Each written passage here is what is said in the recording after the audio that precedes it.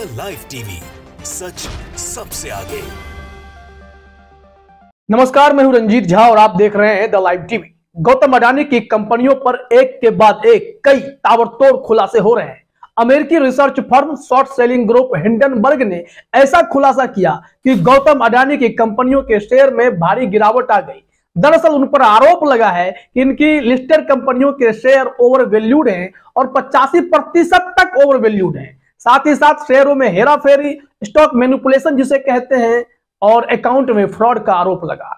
लेकिन ठीक उसके बाद एक और ऐसी खबर आई है जो गौतम अडानी की नींद छीनने वाली है। इस बार गौतम अडानी के बड़े भाई विनोद अडानी भी फंसते नजर आ रहे हैं और यह रिपोर्ट हिंडनबर्ग की नहीं है, यह रिपोर्ट फोर्ब्स की है। एक प्रतिष्ठित पत्रिका फोर्ब्स, इनके रिपोर्ट में जो बातें कही गई हैं वो हैरान करने वाली हैं कि भारत में गौतम अडानी की जितनी भी लिस्टेड कंपनियां हैं उसमें से कम 4 ऐसी लिस्टेड कंपनियां जिसके प्रोमोटर्स जो पूरा पैसा लगाते हैं, अधिकतर पैसा लगाते हैं, उसे रूस के एक बैंक में गिरवी रख दिया गया, वो भी गौतम अडानी के भाई विनोद अडानी के द्वारा। यह चौंकाने वाली खबर है क्योंकि इस मामले की जानकारी भारत के स्टॉक एक्सचेंज के रेगुलेटर्स को नहीं दी गई। न यह जानकारी एनएसई को, न बीएसई को, न ही इसके जो मॉनिटर करता है सेबी, जो स्टॉक एक्सचेंज को मॉनिटर करते हैं, उन्हें भी इस बात की कोई भनक नहीं कि अडानी ग्रुप ने क्या खेल किया है। इनके विदेशी सेल कंपनियों के ऊपर तो वैसे भी आरोप लगे हुए हैं कि उसमें जो पैसे हैं वो घूम फिरकर गौतम अडानी के ही हैं और इसमें ही स्टॉक मैनिपुलेशन का बड़ा बड़ा खेल चल रहा है। हिंडनबर्ग के आरोप के बाद फोर्ब्स ने क्या कुछ आरोप लगाया है वो हम आपको डिटेल में बताते हैं, लेकिन उससे पहले आपको बता दें कि फोर्ब्स के उस आर्टिकल को हिंडनबर्ग ने भी शेयर किया और उसे शेयर करते हुए जो ट्वीट किया है वो पहले अपने स्क्रीन पर देखिए, फिर हम आगे खबर भी दिखाएंगे। हिंडनबर्ग ने जो ट्वीट शेयर किया है उसमें forbes.com की खबर का हेडलाइन है, Gautam Adani's older brother emerge as family empire's key fixer. यानी साफ आरोप लगा दिया गया है कि गौतम अडानी के बड़े भाई जो विनोद शांतिलाल अडानी हैं वो फैमिली जो अंपायर है, इनका जो बिजनेस है उसके की फिक्सर हैं।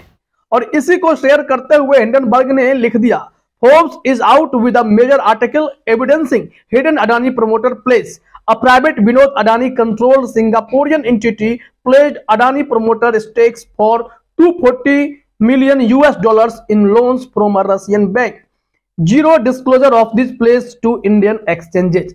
इनका भी आरोप वही है कि इन्होंने रूस के पास जो $24 करोड़ वहां पर स्टेक गिरवी रखे हैं, वो स्टेक उन प्रोमोटर्स कंपनियों के हैं जो भारत में लिस्टेड अडानी के कंपनियों के इन्वेस्टर हैं और यही लोग वहां रूस में खेल कर रहे हैं। वहां पर लोन लेने के लिए बैंक में स्टेक को ही गिरवी रख दिया।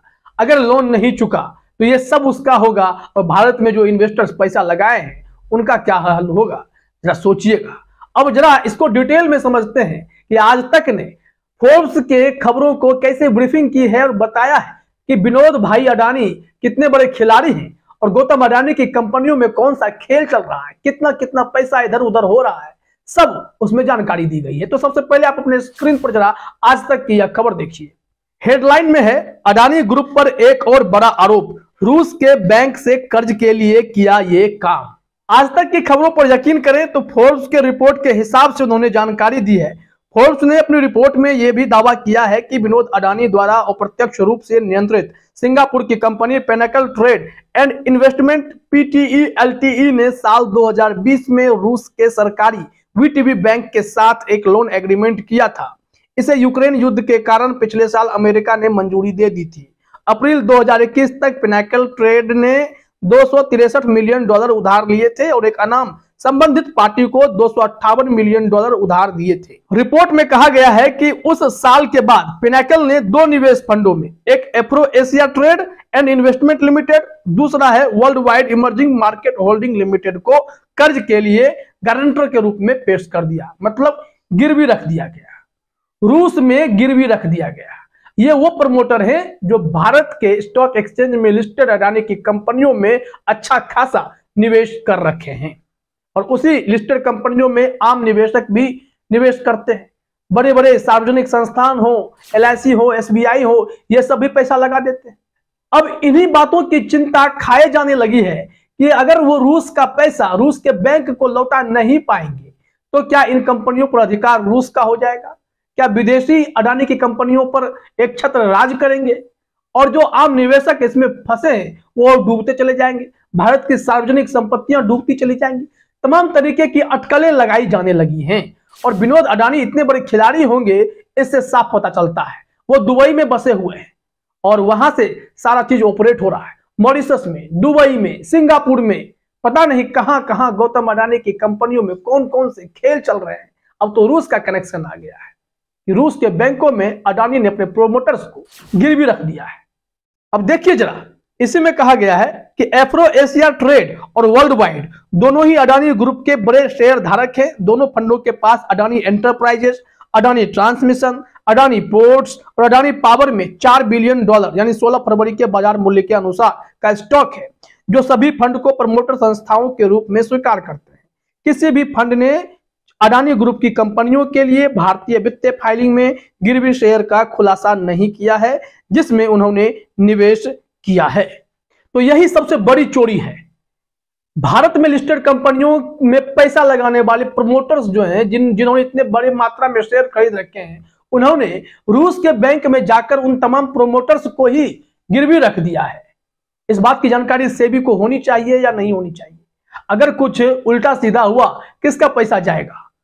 गौतम अडानी पर फोर्ब्स का यह खुलासा गौतम अडानी को सोने तो नहीं देगा। $125 बिलियन का नुकसान झेल रहे अडानी क्या और भी टूटने वाले हैं? क्योंकि हर तरफ इनके कंपनियों के ऊपर आरोप ही आरोप हैं। महुआ मोइत्रा लगातार इनके कोयला साम्राज्य पर सवाल खड़े कर रही हैं। एलपीजी वाली जो डीलिंग हुई है आईओसीएल के साथ, उस पर सवाल खड़े कर रहे हैं। तो कोई ऐसा सेक्टर नहीं है जहां अडानी नहीं है और कोई ऐसा सेक्टर नहीं है जहां पर अडानी विवादों में नहीं है। चौतरफा गौतम अडानी घिरे हुए दिखाई पड़ रहे हैं। अब हिंडनबर्ग के बाद फोर्ब्स की इस रिपोर्ट ने गौतम अडानी की कंपनियों पर जो गंभीर सवाल खड़े किए उस पर भी क्या मोदी सरकार दो शब्द बोलेगी? क्या मोदी सरकार इस मामले में जांच कराएगी या फिर यही कहा जाएगा जैसा कि जॉर्ज सोरोस ने कह दिया कि अडानी और मोदी के बीच जो रिश्ता है उस पर बोलना चाहिए और अडानी ने जो अपनी कंपनियों में शेयर में हेराफेरी की है उस पर मोदी जी को कुछ कहना चाहिए? तो अब स्मृति ईरानी सामने आकर यह कह देती है कि जॉर्ज सोरोस द्वारा कही गई बातें भारत के लोकतंत्र पर हमला है, जैसा कि गौतम अडानी ने भी कह दिया। हिंडनबर्ग ने जब अडानी पर रिपोर्ट प्रकाशित की तो अडानी का जवाब आया कि हिंडनबर्ग ने जो किया है वो भारत के विकास पर हमला है। तो अगर कोई सच्चाई सामने आने लगती है तो फिर लोकतंत्र के आड़ में छुपने की कोशिश करना भी कहां तक जायज है? जब देश हित की बात हो, देश की अर्थव्यवस्था की बात हो, इसे तो समझना पड़ेगा। तो कुल मिलाकर स्थिति यह है कि हिंडनबर्ग के बाद फोर्ब्स ने गौतम अडानी पर जो रिपोर्ट प्रकाशित की है उससे गौतम अडानी पर शिकंजा और कसता जा रहा है। भारत में ना सही लेकिन विदेशों में गौतम अडानी को ताबड़तोड़ झटके लग रहे हैं। अमेरिका ने उन्हें डाउ जोन्स से बाहर किया, अब रूस भी क्या कोई बड़ा एक्शन लेगा? ऑस्ट्रेलिया में कोयला खदान का विवाद तो उनका लगातार चल ही रहा था। ये तमाम चीजों में अडानी घिरे हुए हैं। देश में कार्रवाई हो या ना हो लेकिन विदेश में गौतम अडानी के लिए राहें कठिन होती चली जा रही हैं। फिलहाल इस वीडियो में इतना ही। आप सभी का हमसे जुड़ने के लिए बहुत बहुत धन्यवाद। द लाइव टीवी, सच सबसे आगे।